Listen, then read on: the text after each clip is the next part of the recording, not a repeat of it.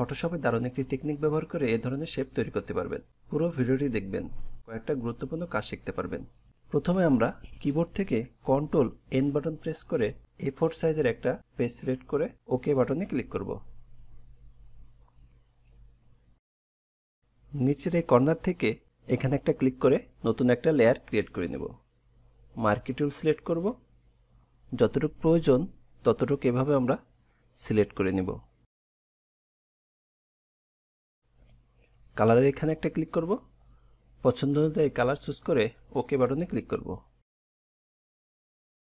Control delete button press করব, তাহলে দেখবেন কালারটি অ্যাপ্লাই হবে। কিবোর্ড থেকে কন্ট্রোল অল্টা বাটন চেপে রেখে মাউস ড্রপ করে শেপটি আমরা নিচে নিয়ে আসব। কন্ট্রোল টি বাটন প্রেস করব, পয়েন্টার ধরে একটু ছোট করে নেব। ইন্টার বাটন প্রেস করব। একইভাবে নিচে আমরা একটা শেপ তৈরি করার জন্য এখান থেকে নতুন একটা লেয়ার ক্রিয়েট করে নেব। এরপর একইভাবে সিলেক্ট করব। কিবোর্ড থেকে কন্ট্রোল ডিলিট বাটন প্রেস করব, কন্ট্রোল ডি বাটন প্রেস করে ডিসিলেক্ট করব।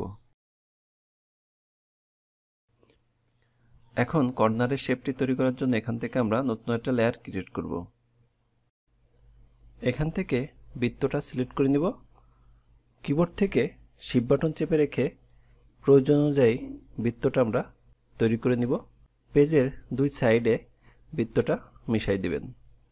এরপর কিবোর্ড থেকে control shift I button press করে ইনভার্স করে নেবেন, দেখবেন বাইরের সাইডও সিলেক্ট হবে।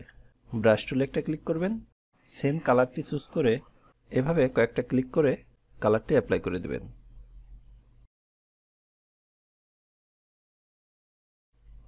মুভ টুলে একটা ক্লিক করবেন, ড্রপ করে শেপটি আমরা নিচে নিয়ে আসব।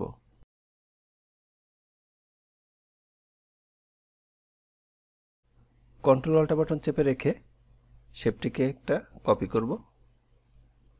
কন্ট্রোল টি বাটন প্রেস করব, চতুর্থ সাইডে পয়েন্টার ধরে শেপটিকে রোটেট করে নিব।